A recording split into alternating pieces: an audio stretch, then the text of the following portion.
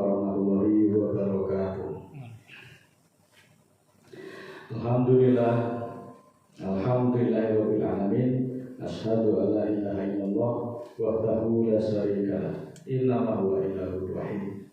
Allahu la ilaha illa huwa rabbul arsyil azim. Allahu la ilaha illa huwal hayyul qayyum.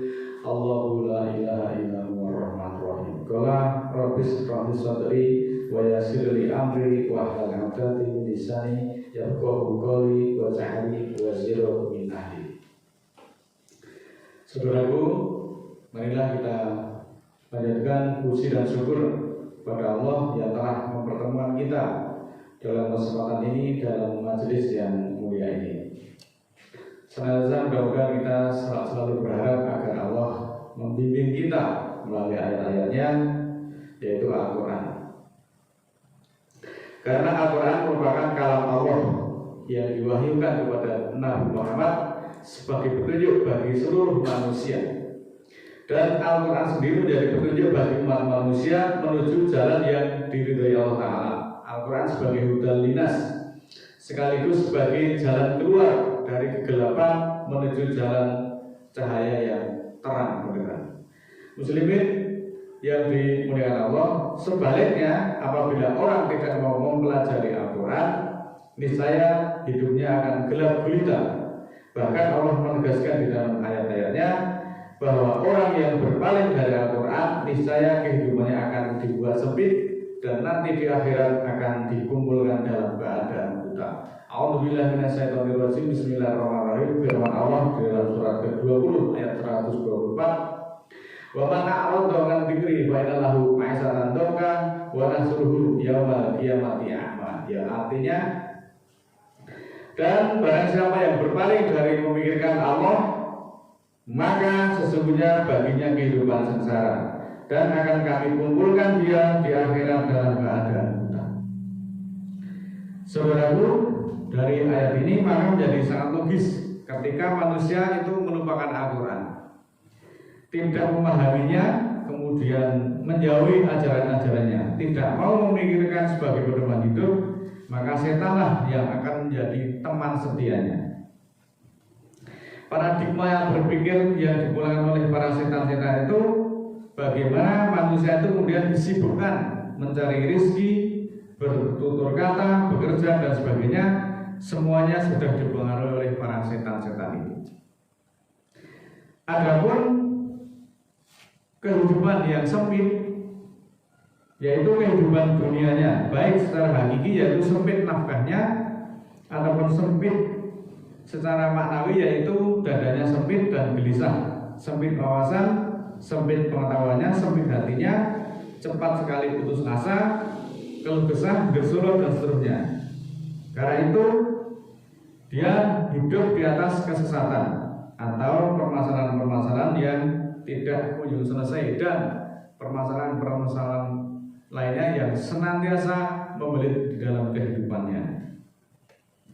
Sedangkan kata-kata dikumpulkan dalam keadaan buta, kita bisa bayangkan kebutaan di dunia saja itu sudah sangat tidak mengenakan dan membingungkan.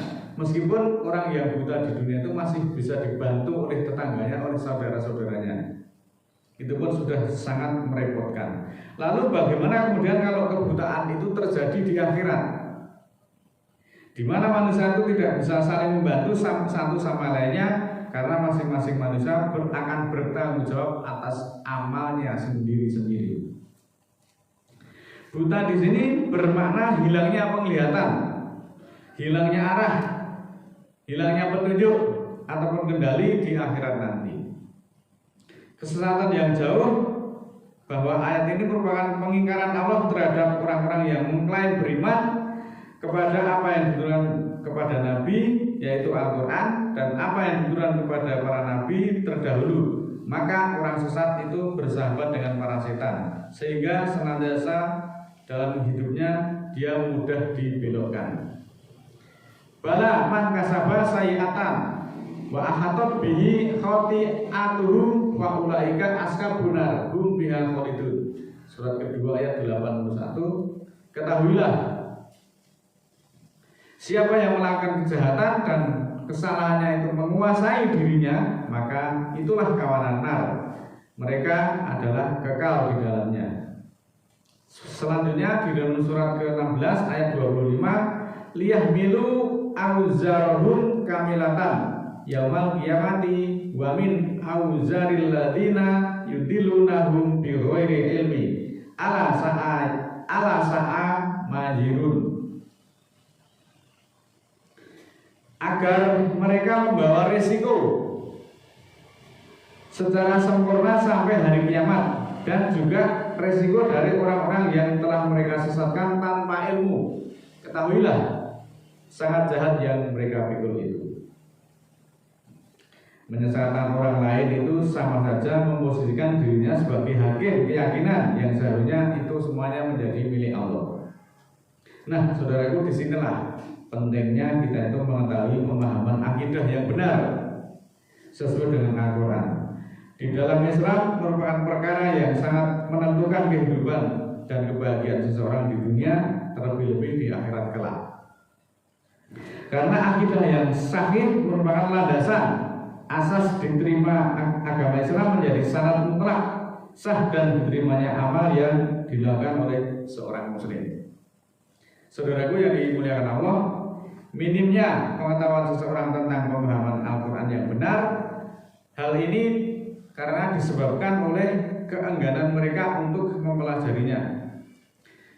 Mereka sudah merasa cukup puas dengan membaca dan khatam, karena mereka merasa pahalanya sudah cukup besar dengan menghatamkan Al-Quran, apalagi pada bulan Ramadan seperti sekarang ini. Begitu juga kurangnya pemahaman mereka terhadap Al-Quran akibat selanjutnya tumbuhnya generasi yang tidak mengerti akidah yang benar dan malah akidah yang sesat, sehingga mereka pun meyakini yang hak itu sebagai sesuatu hal yang batil, dan yang batil justru kemudian dianggap yang hak atau yang benar. Manusia itu lebih taat kepada sesuatu yang diwarisi dari orang tuanya atau dari nenek moyangnya. Ini yang cukup memperhatikan. Meskipun itu batil dan kemudian mereka mencampakkan apa yang menyalahinya, sekalipun hal itu adalah sesuatu yang benar karena itu datang dari Allah. Surat kedua ayat 170, wa idza qila lahum tabi'u ma anzalallahu qalu bal nattabi'u ma'al faina alaihi aba'ana awalau kana aba'uhum la yaqiluna sayin wala yahtadun. Ya, artinya, dan ketika dikatakan kepada mereka ikutilah apa yang diturunkan Allah, mereka berkata, bahkan kami mengikuti apa yang ada atau apa yang kami dapati bapak-bapak kami atasnya, walaupun bapak-bapak mereka tidak mengetahui sesuatu dan mereka tidak mendapatkan petunjuk. Muslimin yang dimuliakan Allah, kita banyak sekali mendapatkan Al-Quran yang menyebutkan tentang sikap dari kaum musyrikin yang ketika dianalisakan kepada mereka kebenaran itu datang dari Allah melalui Al-Quran, mereka justru menjawab, sesungguhnya nenek moyang kami tidak pernah mengajarkan seperti itu.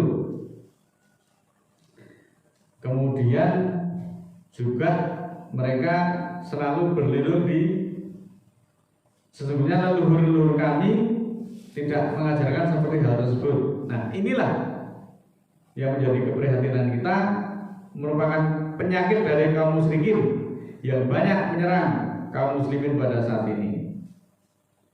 Sehingga ketika mereka diberitahu bahwa sesuatu ajaran atau ibadah yang tidak ada tuntunannya dari Nabi, maka mereka akan menjawab seperti itu. Kami kan hanya nguri-uri tradisi dari leluhur-leluhur kami.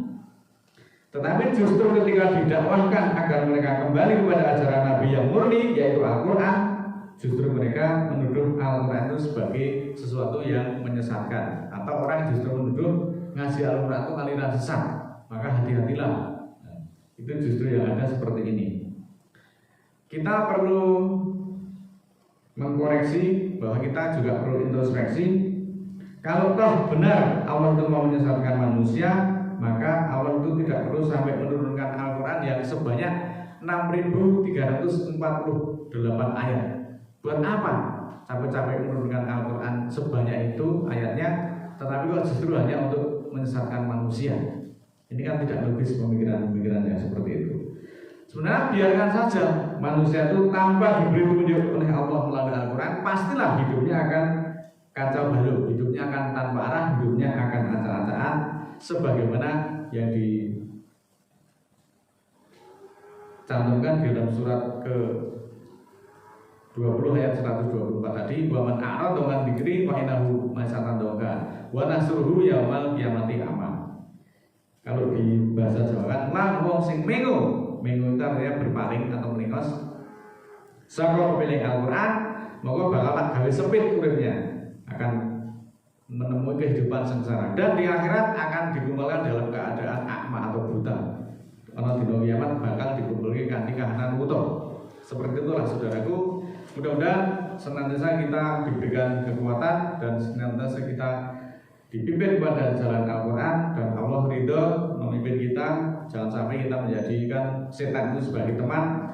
Jangan sampai kita justru ketika dianalisakan ayat-ayat Al-Quran yang merupakan kebenaran datang dari Allah, kita justru berpaling, kita justru menyanggah, mendustakannya, bahkan membantah. Nanti di akhirat orang-orang yang seperti itu akan dikumpulkan dalam keadaan yang buta. Buta di akhirat itu luar biasa, kita tidak bisa menggambarkannya. Orang yang buta di dunia, saudaranya masih bisa membantu, tetangganya masih bisa membantu, masih bisa menuntutnya, masih bisa mengarahkannya. Tetapi kalau di akhirat sudah tidak ada tolong-menolong lagi. Karena apa? Semua di akhirat itu nanti masing-masing orang akan disibukkan dengan amal perbuatannya. Mana mungkin dia akan sibuk sampai kemudian bisa memperhatikan orang lain, meskipun itu saudaranya sendiri, meskipun itu orang tuanya sendiri. Oleh karena itu, sayugianya selagi kita masih diberikan kesempatan pada saat ini, marilah kita perbaiki amal kita sesuai dengan Al-Quran, dan mudah-mudahan Allah senantiasa menyelamatkan kita melalui petunjuknya yang ada di dalam Al-Quran, karena manusia yang berkehendak untuk mentadabbur, mengkaji dan mendalami ayat-ayat Al-Quran. A'udzubillahi minasyaitonirrajim. Bismillahirrahmanirrahim. Allahumma ighfirli walil mu'minina wal mu'minat al-ahya'i minhum wal amwat innaka sami'un qaribun mujibud da'wat innaka 'ala kulli syai'in qadir. Rabbana la tu'akhidna in nasina aw akhtana. Rabbana wa la tahmil 'alaina isran kama hamaltahu 'alal ladzina min qablina.